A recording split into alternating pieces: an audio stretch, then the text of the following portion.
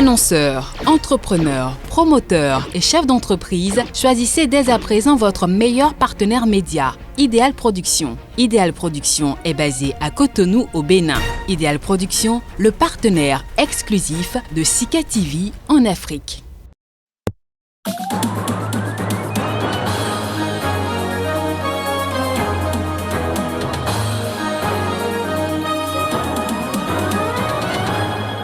Au Gabon, Brice Lacruche, ancien directeur de cabinet du président Ali Bongo, à nouveau devant le tribunal. Le procès a rapidement été renvoyé au 3 mai prochain.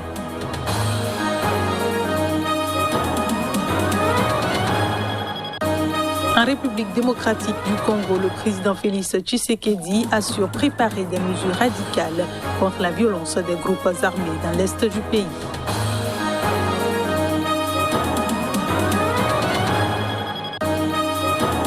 Et puis, Farmajo appelle à des discussions urgentes avec les acteurs politiques en Somalie. Le président joue à la carte de l'apaisement après les tensions de dimanche.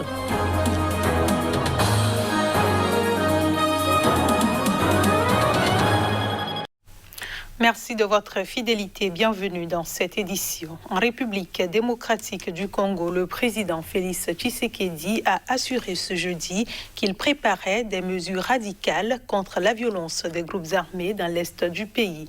Il a fait cette déclaration 2 jours après avoir demandé de l'aide de la France. Face à la violence des groupes armés dans l'est de la République démocratique du Congo, le président congolais a assuré sans autre détail être en train de préparer des solutions efficaces pour réduire de manière définitive cette crise de l'Est. Félix Tshisekedi a fait cette déclaration lors d'une conférence de presse avec le président du Conseil européen Charles Michel, qu'il a reçu à Kinshasa. Le président Tshisekedi a demandé mardi dernier à Paris le soutien de la France pour éradiquer dans la région de Béni les forces démocratiques alliées ADF, un groupe armé à tendance islamiste, au discours islamiste et aux méthodes islamistes selon lui. Son nouveau Premier ministre Jean-Michel Sama Lukonde a évoqué la proclamation par le chef de l'état d'urgence sécuritaire dans l'Est avec notamment le remplacement de l'administration civile par l'administration militaire lors de son discours d'investiture lundi dernier. La mission des Nations Unies au Congo MONUSCO a également confirmé qu'une unité de soldats kenyans allait venir en renfort des casques bleus déployés dans l'Est. À Béni, des lycéens campent depuis une semaine devant la mairie pour demander la présence du chef de l'État sur place et le départ de la mission des Nations Unies au Congo MONUSCO, accusée par de nombreux habitants de ne rien faire face aux violences. Des dizaines de groupes armés de taille variable sont encore actifs dans l'Est de la République démocratique du Congo, 122 d'après un groupe d'experts. Les ADF, à l'origine des rebelles musulmans ougandais, sont de loin le plus meurtrier. Ils sont accusés du massacre de plus de 1000 civils, rien que depuis novembre 2019.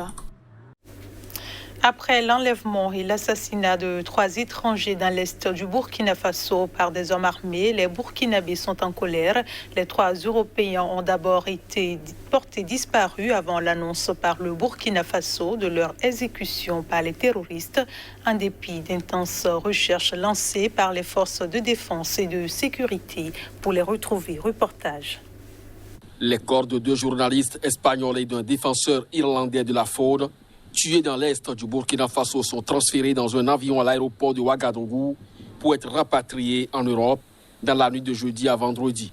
L'avion militaire, un Airbus 310 de l'armée de l'air espagnole, a atterri à l'aéroport de Ouagadougou à 0h40, puis a décollé 2 heures plus tard avec à son bord les 3 corps. Les corps arrivés dans des grandes caisses en bois portant l'identité de chaque victime ont été directement conduits sur le tarmac avant d'être placés dans l'avion sous la supervision du consul d'Espagne au Burkina Faso. Les 2 journalistes espagnols David Berrien et Roberto Freel et l'Irlandais Rory Young, président d'une ONG de protection de la faune sauvage, ont d'abord été portés disparus après une attaque lundi dans l'est du pays, avant l'annonce mardi par le Burkina Faso de leur exécution par les terroristes. Ceci, en dépit d'intenses recherches lancées par les forces de défense et de sécurité du Burkina Faso. Le Burkina Faso est ciblé par des attaques djihadistes depuis 2015 comme ses voisins du Sahel, notamment le Mali et le Niger. Dans le même registre, Osseni Tamboura, ministre burkinabé de la communication et porte-parole du gouvernement, a rappelé que le terrorisme n'est pas une personne. Il a fait ce rappel suite à l'assassinat de 3 étrangers dans l'est du Burkina Faso et aux attaques meurtrières menées contre des villages de la commune de Seitanga dans le nord du pays. On le suit. Hier, 27 ou avant-hier, 26, 2 attaques importantes se sont signalées, nous ont été rapportées. Il s'agit de Seitanga, dans la province du Sénou, dans la région du Sahel, où donc des hommes armés non identifiés, donc des terroristes, ont tué plus d'une dizaine de Burkinabés. Et pendant ce temps aussi, nous avions cette attaque ou cette embuscade qu'a subie la patrouille mixte dans la région de l'Est, à Pama. Nous pouvons tirer des leçons, c'est de se réengager contre le terrorisme. Ça n'épargne personne, ça touche aussi bien des personnes étrangères, expatriées, que des Burkinabés. Et la situation sécuritaire aujourd'hui est valable pour les étrangers comme pour les Burkinabés. De toute façon, lorsque vous devez vous rendre dans une zone à fort impact sécuritaire, même si vous êtes Burkinabé, vous devez prendre des précautions d'information, des précautions certainement d'être accompagné par des forces de défense et de sécurité, mais ça ne vous épargne pas les attaques. Ça veut dire que même si vous êtes escorté, vous subissez les attaques. Je le disais en titre, le franco-gabonais Brice Lacruche Alianga, ancien tout-puissant directeur de cabinet du président Ali Bongo Ondimba, a comparu jeudi devant un tribunal de Libreville pour la 2e fois en 17 mois d'incarcération. Il est accusé de détournement de fonds publics. Les précisions. Brice Lacruche, également ex-ministre, s'est présenté jeudi devant un tribunal correctionnel de la capitale pour un chef relativement mineur au regard des nombreux autres pour lesquels il est inculpé. Obtention frauduleuse de documents administratifs. Lacruche a pris la parole. Je suis à l'isolement depuis 17 mois dans une cellule de 6 mètres carrés dont je ne sors jamais, a-t-il lancé. Je ne sais même pas pour quel motif je comparais aujourd'hui, a-t-il poursuivi. Le procès a rapidement été renvoyé au 3 mai. Nommé directeur du cabinet présidentiel en 2017, Lacruche, 41 ans, était devenu le véritable homme fort du pouvoir après l'accident vasculaire cérébral AVC du président Bongo en octobre 2018 qui avait laissé le président très affaibli et absent de longs mois du pays. Mais en novembre 2019, peu après que Bongo fut revenu sur le devant de la scène politique, Lacruche avait été d'abord écarté de la présidence, puis la cible en même temps que des ministres et hauts fonctionnaires qui lui étaient fidèles d'une opération anticorruption appelée Scorpion. Il avait été arrêté en décembre 2019, ainsi que plusieurs ministres et hauts fonctionnaires. Depuis 2020, une juge d'instruction parisienne enquête sur des accusations de détention arbitraire par les autorités gabonaises de Brice Lacruche, mais aussi de son frère Grégory, également poursuivi pour détournement de fonds publics. Ses avocats ont demandé le renvoi du procès, affirmant ne pas avoir eu accès au dossier de l'instruction. J'ai interdiction de discuter avec lui, s'est emporté maître Jean-Paul Mumbembe. Le président du tribunal correctionnel a décidé de renvoyer l'audience au 3 mai pour permettre aux avocats d'avoir accès au dossier.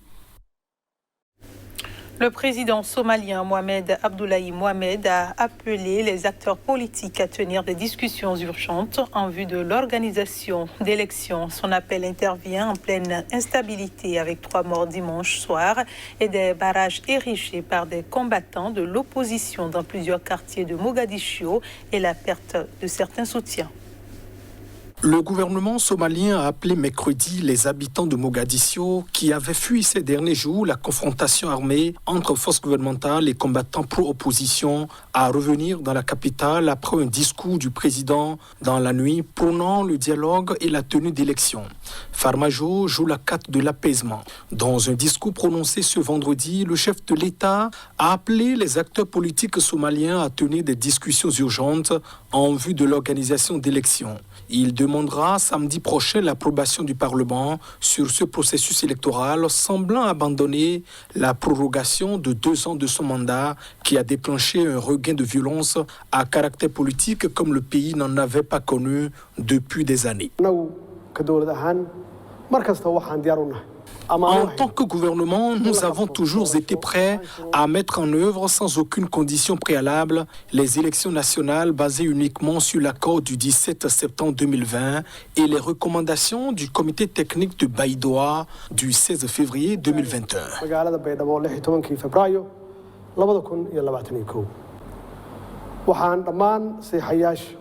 J'appelle par la présente tous les signataires de l'accord du 17 septembre à se tenir immédiatement pour des discussions urgentes sur la mise en œuvre inconditionnelle de l'accord submentionné. L'impasse électorale s'est transformée en affrontement armé dimanche soir, créant le retour de combattants de rue comme aux heures les plus noires de la guerre civile qui démarra au début des années 90. De nombreux habitants de la capitale ont quitté leur foyer. L'OCHA, le Bureau de la coordination des affaires humanitaires à l'ONU, a estimé qu'entre 60 000 et 100 000 personnes ont été contraintes de fuir leur domicile à Mogadiscio depuis le 25 avril. Et ce sera tout pour ce journal. Merci de nous avoir reçus et bonne suite de programmes sur Sika TV.